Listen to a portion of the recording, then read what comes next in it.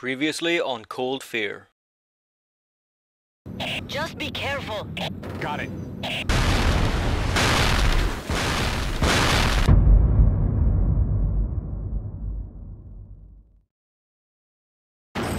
Hello and welcome back to the final episode of Cold Fear.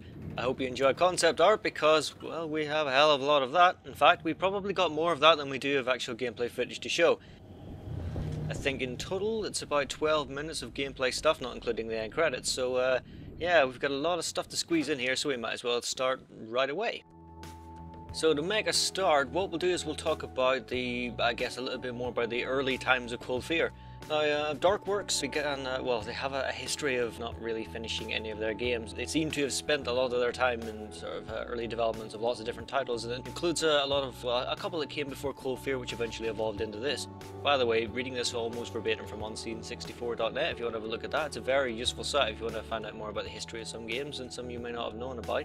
But the genesis of Cold Fear comes from basically a game called Time Crisis Adventure. That game they were producing with Namco, and that fell through, and eventually Ubisoft stepped in and it evolved into Cold Fear. A lot of the existing stuff from that can be seen in Cold Fear as it is, some of the locations and things like that, however some were abandoned, like submarine base. But as you'll see in some of the images here, we eventually get to the point where we can see how some of that might have looked. In fact, what we see here is a shot from the alpha version of the game that they pitched, and it ends with Tom as he looked then at the top of the crow's nest, rather than with Anna. I don't think she was part of the game by that point. And eventually the majority of that story was scrapped, and we ended up with a plucky coastal guard guy called Tom Hansen instead of some Navy SEALs bloke.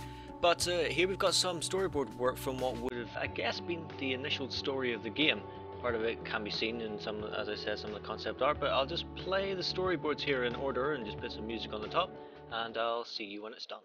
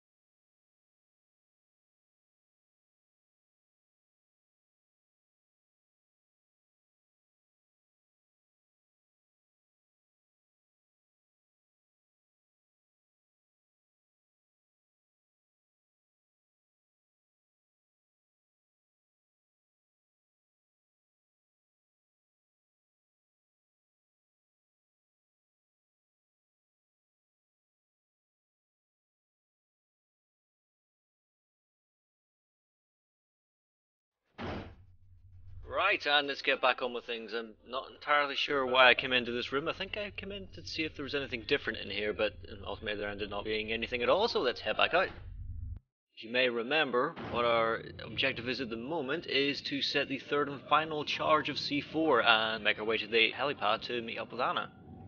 So let's do that. And go probably, well, go the only obvious direction to take us there. There are other doors, but we'll come back to that in a second.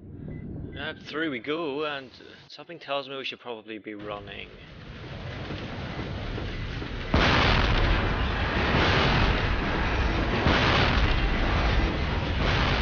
And just like the previous time we had to run across a bridge, it falls apart beneath us, and if we just peg it as fast as we can, we get over there with just enough time. All very cinematic. So let's take a look at some of the other doors that we could have tried. Nope, not that one. This one leads to the MP5 room. This one takes us back down towards the dark corridor. No, not that one either.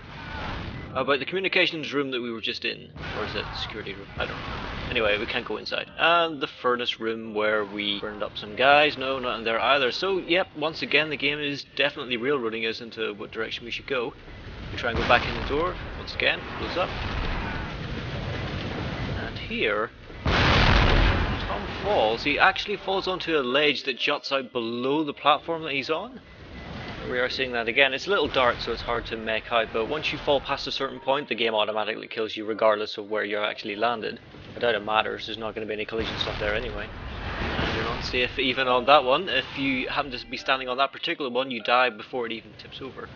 And similar to the previous area, there's a couple of safe spots you can stand in.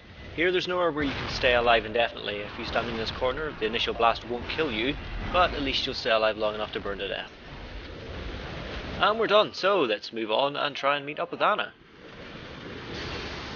But before that, because we've got some concept art which will probably spoil the end boss, let's talk about Cold Fear 2, probably jumping the gun a little bit. Who knows if there's going to be a sequel anyway, there never was, but let's have a look at some of the stuff which we could have seen if Cold Fear had become an actual thing. First couple of images, just to show what sort of state the exocells ended up in. They ended up becoming a little bit more aquatic. It seems that they were able to at least adapt to life in the water and start to swim around.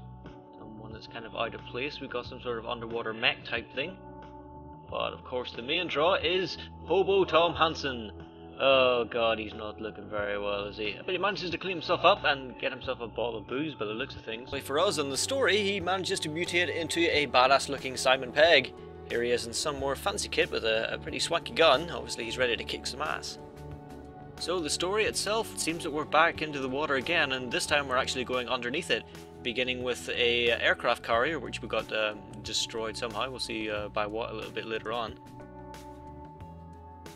We end up going underwater to a bunch of various locations. And while these images are all well and good, they're all very much cutscene fodder. There's not really all that much right now that can kind of say what the game would have been like or where Tom would have gone. There's a few later on that we'll get to, but first we can see something that probably could have taken down the aircraft carrier. Another variation on the whale, I think. It's kind of very much like the Thing in that its face is all split open. And a lot of little tiny exocells here. Obviously they've, as I said before, learned the ability to swim around underwater. And then eventually we move into some more interiors. Here's some mucking about with a knife, but eventually we'll get inside, and aside from this, some sort of Arctic base. I don't know what the fuck that's all about. But eventually we get ourselves indoors, and it's probably going to be the case that Tom would have gone down to part of the sunken aircraft carrier and dug around in that. It seems to make some kind of sense. But I'm going to end on this particular image. I mean, obviously you can see there's a very kind of watery creature there. This feeds into a tech demo that Darkworks were making for the PS3 that was called The Deep.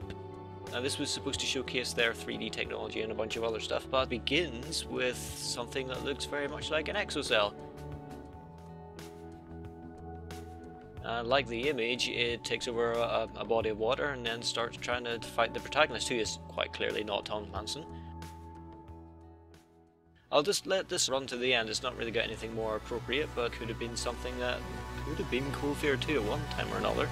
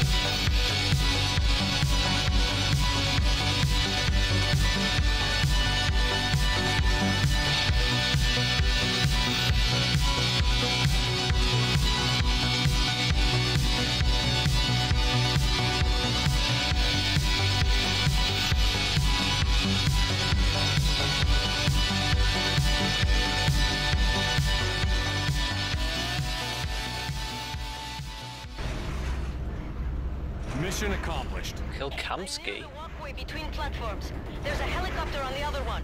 They were repairing it when I left. If it's working, I can fly us out of here. You learned to fly a chopper?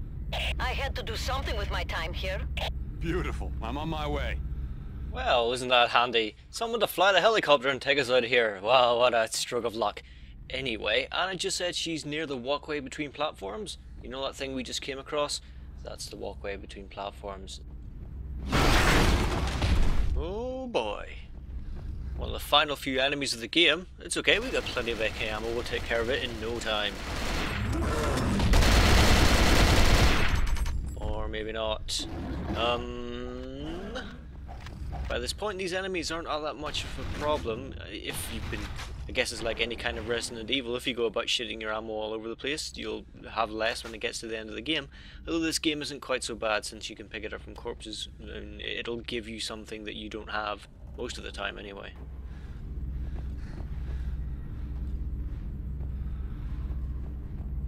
If we wanted to, we could have just run past that guy, and there's nothing to stop us. In fact, there's only 2 more enemies left to go. And we'll get to them pretty soon. In fact, it's at the end of this room where the elevator is that we didn't go up after we killed Anashenko here. Exciting new places! But I'm taking forever to get to! Anashenko has no head! Okay, up we go.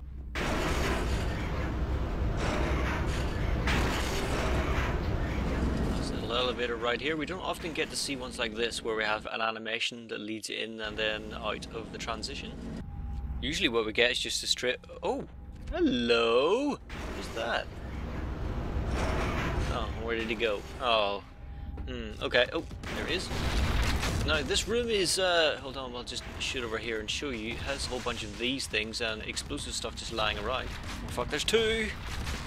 Yeah, so we've got loads of explosive stuff lying around. We've got an explosive crate to our left there. I think I'm not sure if that's the only one in the game or not, and maybe the only explosive crate that there is. But either way, it's something that blows up. But the problem is with all of this stuff is that these guys just so rarely go near any of it. They're usually running around in the ceiling, and when they're not, they're sneaking up behind you as that guy just did.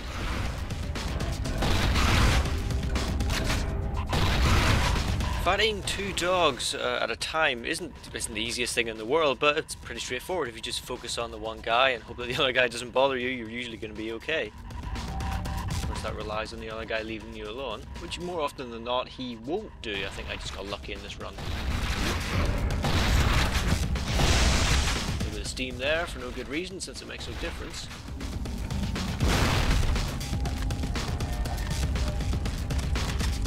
Since he's been away over there for long enough, he's probably actually got into some of the vents. Like the previous encounter that we had with these guys in the dark corridor, there are vents along the ceiling and along the sides of the walls that these guys can jump into. Sadly didn't appear to take advantage of it, and to his detriment, because he's now dead, and he is the final enemy of the game. No more of them to fight. Let's see, what are we going to do next then? Kill Kamsky, okay, fair enough I suppose, but where are we? We are in the transit room, and here's some concept art for it, and some art of what it looked like previously.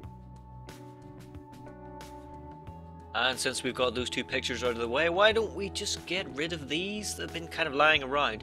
These are, as I've been showing the concept arts, pictures of all the rooms and stuff, there are a hell of a lot of rooms that didn't actually make it into the game. We're just going to go through a whole bunch of them here. There's a lot of catwalks, a lot of storerooms and things like that. There's a few later on down the end that I'll point out in particular, but most of them, well, what's interesting is that all of the concept images for all of the rooms in the ship and in the oil rig have a number in front of them. And what happens is that the ship ones are in the thousands range, the oil rig ones are in the 3000 range. Now these ones are predominantly in the 2000 range, which makes me think that the oil rig went under a pretty significant revamp at one stage where they decided that these just isn't good enough and scrapped the whole thing, and then started again fresh, started at 3000 and then just worked on from there. Here's a room that I wanted to point out. This is a security room, and as you can see we're on one side of a glass pane, meaning that we would have gone through the other side of that at some point, just kind of a security checkpoint thing, which I thought was quite cool. Coming after that is just some more storage and catwalks and things, but we've also got some jail cells, which are a little bit different from the ones that we ended up seeing that contain all the animals and those people at one particular stage.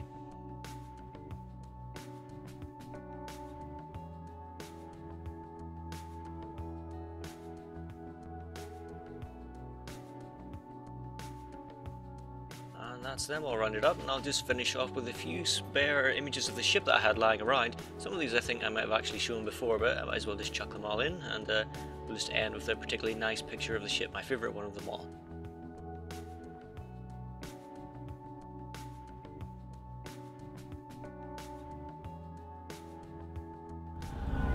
Okay, and what now?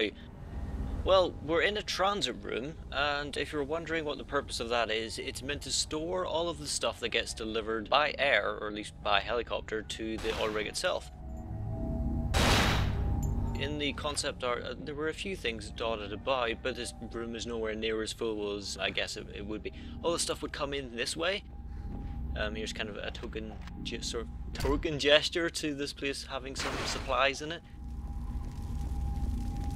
Sort of stacked off in one corner. There's a bunch of stuff here that we can pick up. This is quite useful and quite timely if you need. I mean, you're going to need some of this before we go through that door. It's I guess all the stuff gets taken in through that door there, stashed in here, sort of a temporary measure, and then taken down the elevator itself into the main room down below where we killed Danishenko.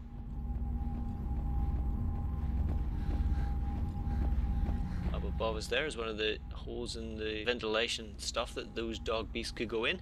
And here is the actual access to the heliport itself, but we're not going to go there first. We're actually going to go down here, and in this very dark corner is a doorway, which I'm... actually, hold on. Some housekeeping there, thank you sir. Is a doorway that I had missed for the first couple of times playing this game. It takes us outside above the walkway, which is now destroyed.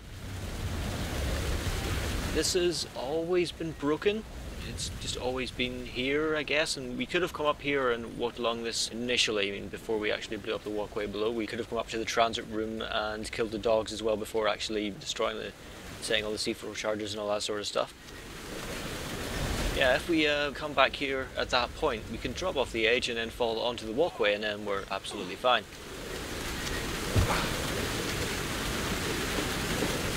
Of course, if we try to do that when there's no walkway there, we have obviously, yeah, a different reaction to that. But anyway, there's not really much out here. I can see why it's not really stressed. You can get some grenades over here in the corner, which we don't really need at the moment.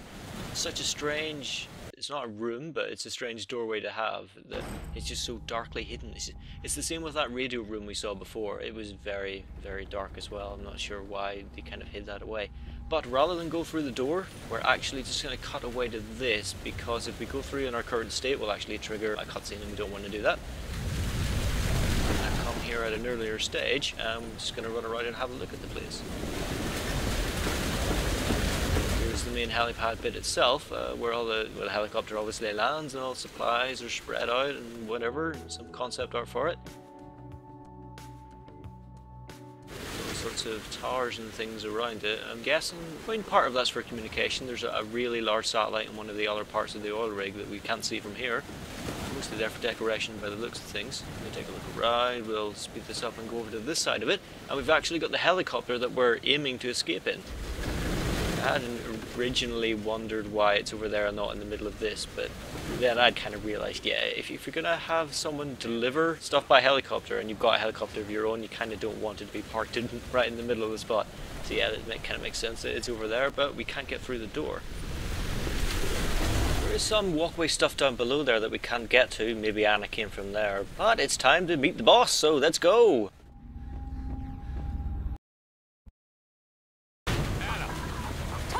Just a few charges left to set.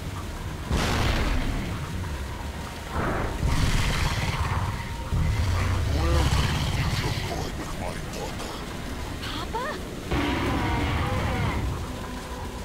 I'll keep you covered, Anna. Do what you have to. Whoop, what the fuck was that? Anyway, what we have to do here is shoot the boss! Oh shit, I think we pissed him off. Ah, that's the boss's main attack. You twat, you... Oh, shit. Oh, and he doesn't keep coming after you. Okay, right, shoot him. Oh, I have no idea how close I was to failing the boss fight there. I'll show all of the failure stuff in a big reel later on, but for now I'm just going to show you how to actually defeat the boss. What you need to do is to keep the boss away from Anna, but you can't kill him. You have to distract him with gunfire. He'll leg it after you and try and twat you one. You have to avoid that. And then he'll go back to chasing Anna again. But now that we've actually met the boss, let's have a look at some concept art for him. We'll make a start by showing some of the original versions of what the boss looked like. The very first couple of pictures, I'm guessing, is what they originally had in mind until eventually things changed later on down the line. Got a couple of different things that it could have been. There's one that has a very camo-y effect thing going on with it that I quite like.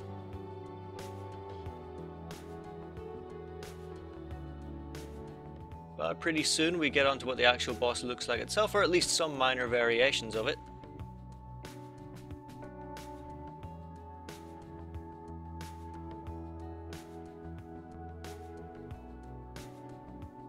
But to end this off, here's a character lineup of all the enemies in the game, and I did not show this next one for pretty obvious reasons.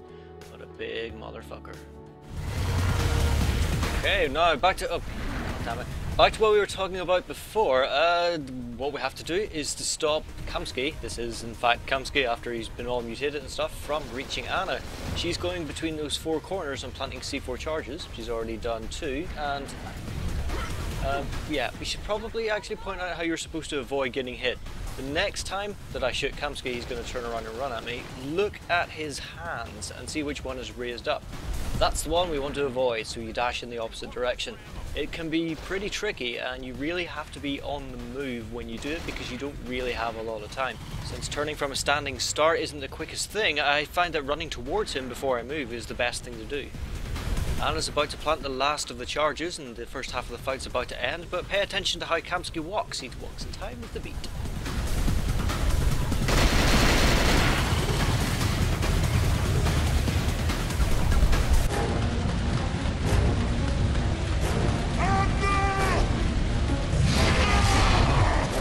Get to the chopper. I'll hold him off.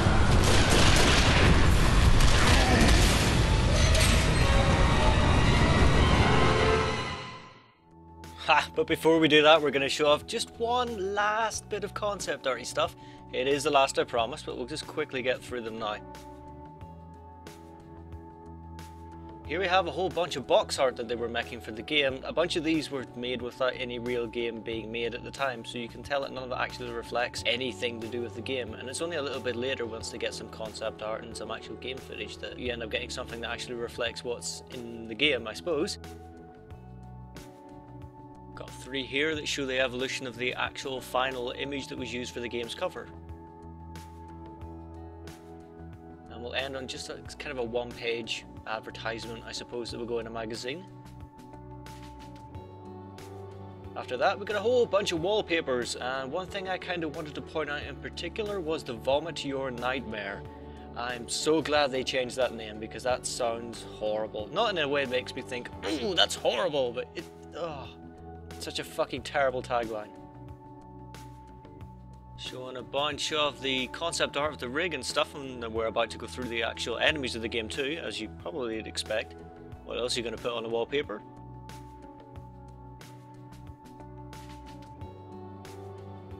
Pretty soon I'm going to show you the trailer for the game, and it is fucking amazing. But before we do that, we're just going to stop on this image with Tom and Anna having a little hug, that zombie's falling over, and Kamsky's tentacles make a heart. Ah.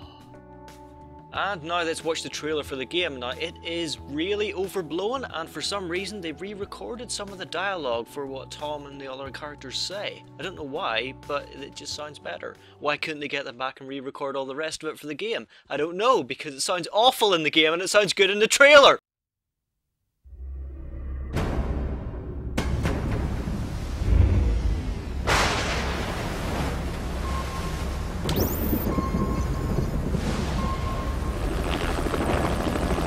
Prepare for insertion. On my mark. And go, go, go!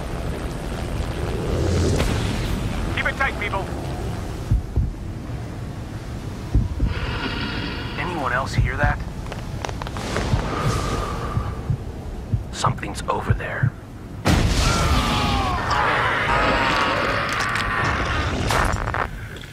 Come in. Can you hear me? Is anybody alive out there? Damn it, we've lost them. Get me another asset out there pronto. Anything we've got. In a ferocious Arctic storm.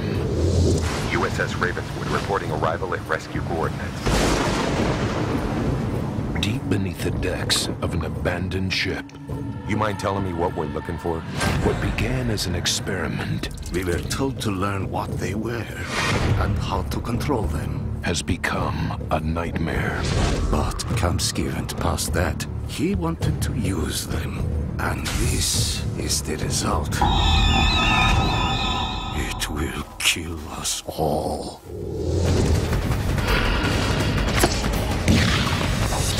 Now, one man must discover what went wrong. What's going on here, Colonel? A terrible mistake. But what he finds is worse than he ever imagined. My God!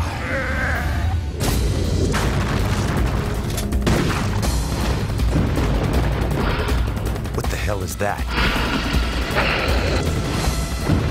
He said you had some answers. He lied.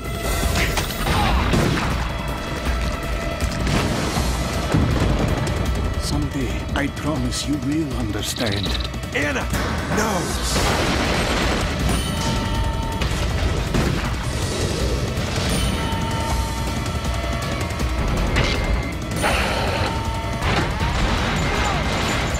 Anna, hang on! Hansen!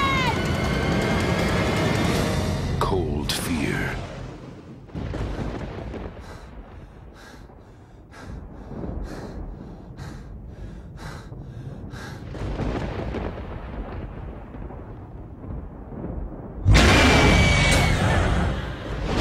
Available everywhere March 2005. Rated M for mature.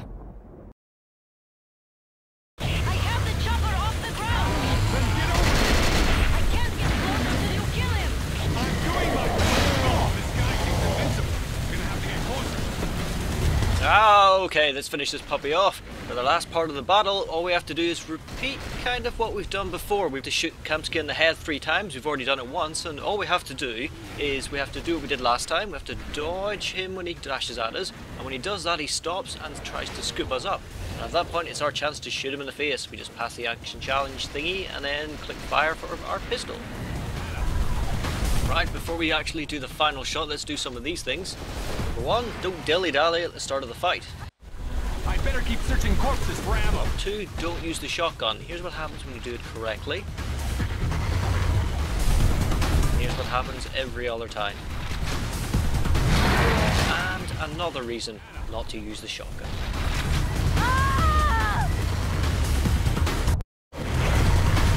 Before I realised that running at Kamsky in order to dodge his charge was the easiest way to do things, this is usually what happened.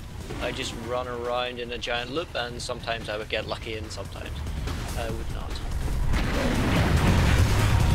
And even when I did find out, it took a long time to get used to. Here I am not being prepared at all, having it wrong and turning too late. And then flat out sometimes just turning the wrong way, and that happens a lot.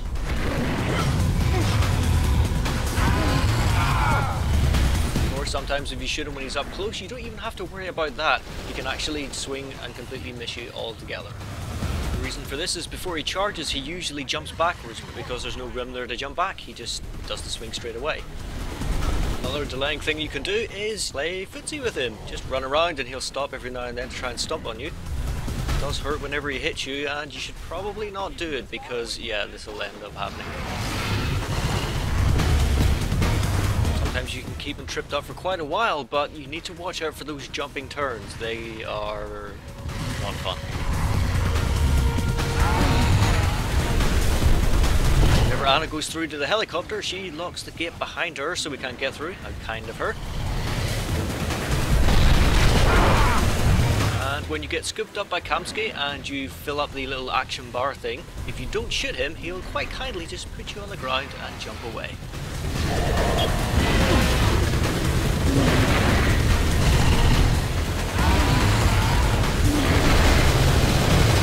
The helicopter does not help.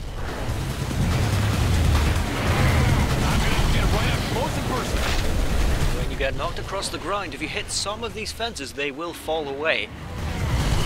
And something that kind of goes along with that, if Kamsky scoops you up and you don't pass the action thing, he just tosses you. And if you happen to be standing directly across from one of those gaps in the fence, well...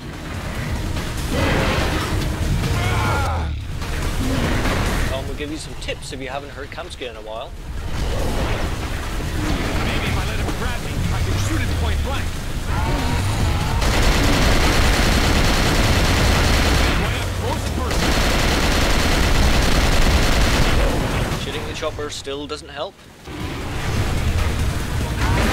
And if you're up for it, you could probably try out the flamethrower. Wouldn't recommend it though.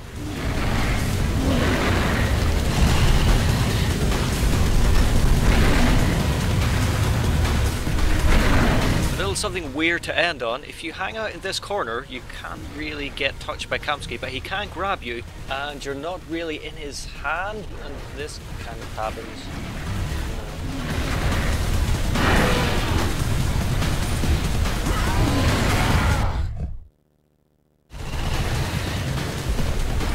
Right, it is time to finish off this boss battle. We've got one more headshot to go, and it doesn't take long to get there. And I'll leave you with the ending cinematic where a mournful daughter loses her beloved father, and Tom consoles her with some poignant final words.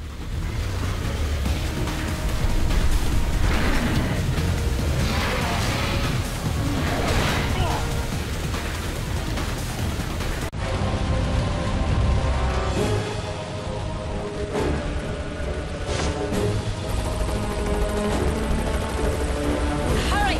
Get in! Let's get out of here. It's all right. I'll take care of this. Papa, I'm sorry. Goodbye, Papa.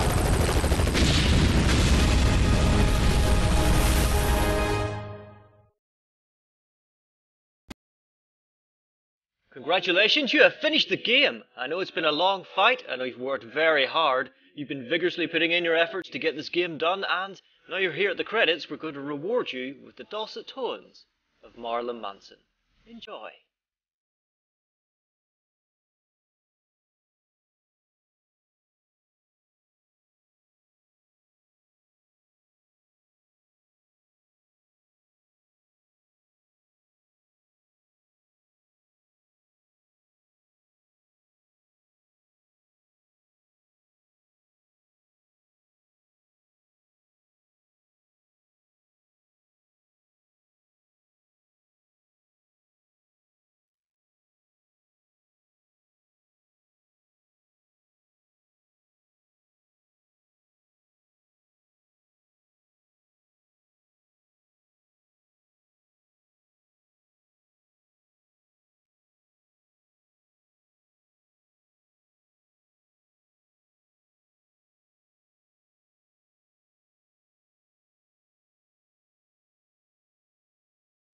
Or maybe not.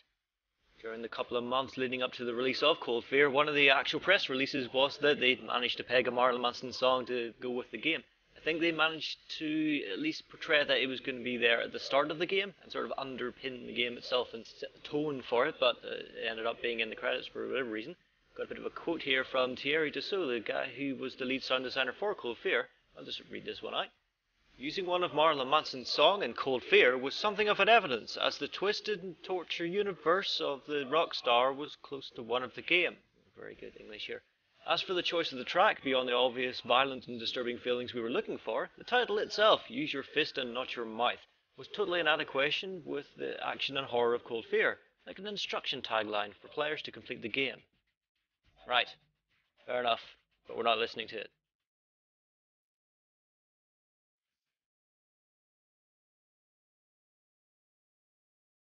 And while the credits are running here, what I'm going to do is finally just get rid of some things that have been nagging at the back of my mind since I started this goddamn LP. First one we're going to do is remember this button. And I was wondering what the hell it did. Well, monkey off.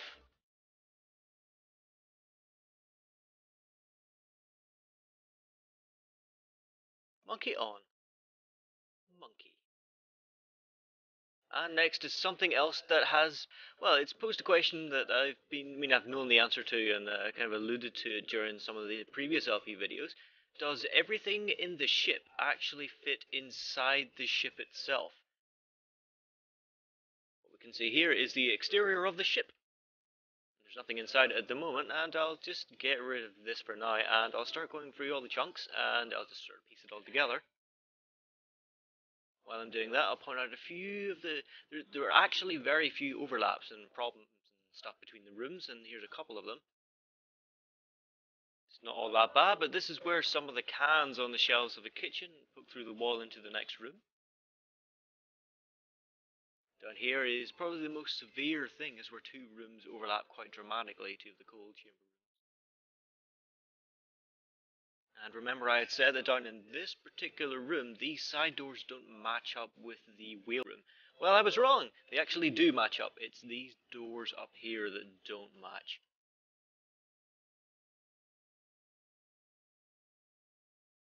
So yeah, that's the three major things. So what we'll do is we'll put the shell back onto the ship again and see that it more or less fits.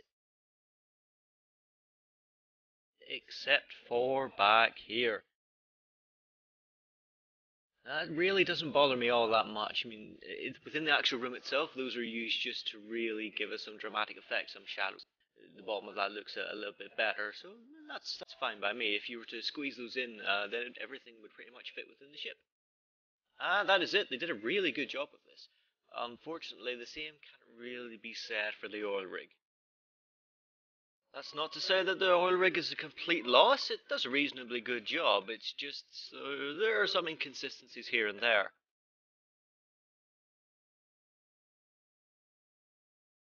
Gonna do just a fly through some of the areas so at least you get an idea of just the overview of how things look and the way things are structured.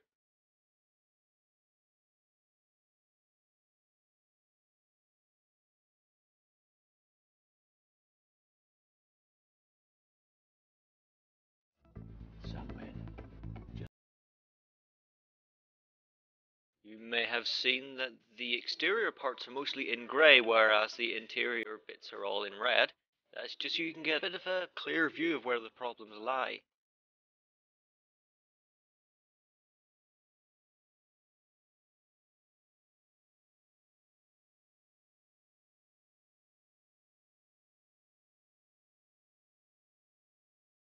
Just as a starter thing to get it out of the way, the water level between the docks area and way over there where you cross that little bridge to get to the habitat, the water level is not consistent there, so yeah, that whole bridge would be underwater if you went by where the water level would be on the docks, but never mind that. What we'll do now is swing around to a couple of the places where the interior locations poke through the exterior walls. I'm just going to stick with some of the major ones here. I mean, there's plenty of them around, but there are a few that kind of stand out. First one here is this armory room. It's got sort of dog leg in one end of it, and it pokes through that exterior wall. Next up we have the underwater tunnel. Now this one's a little strange. We'll get ourselves down there first, and if you look at this particular end of the tunnel, if you're looking out from the tunnel, right in the center, you've got what appears to be actual support for the oil rig, presumably with the lift inside of it, but on the right side is where the lift actually is. Now if we do a 180 and look on the other side, you can see that it's actually reversed.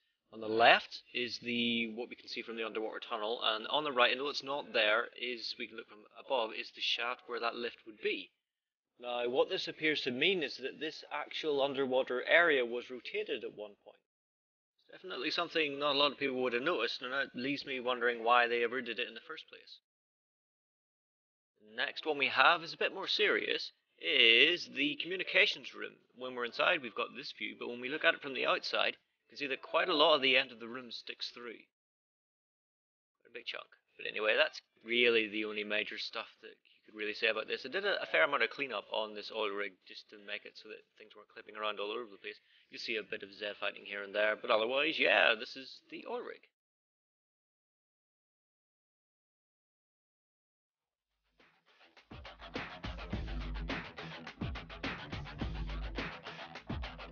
And there you have it. That's the end of it all. And, well, not quite. You know what really sucks is not only is it playing Marilyn Manson, but whenever it finishes playing the song, there's a few seconds of silence and then it loops all over again. And it manages to play the song 2.5 times, I think. And when I say half, well, pretty soon we're going to get to the end of the actual credits themselves and you'll see what I mean.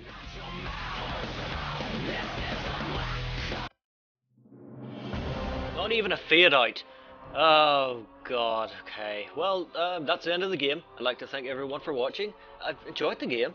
It's good. It's got some flaws and it came out at a very bad time and Resident Evil just stomped all over it. But anyway, I've been Giragast. Thank you for watching Cold Fear.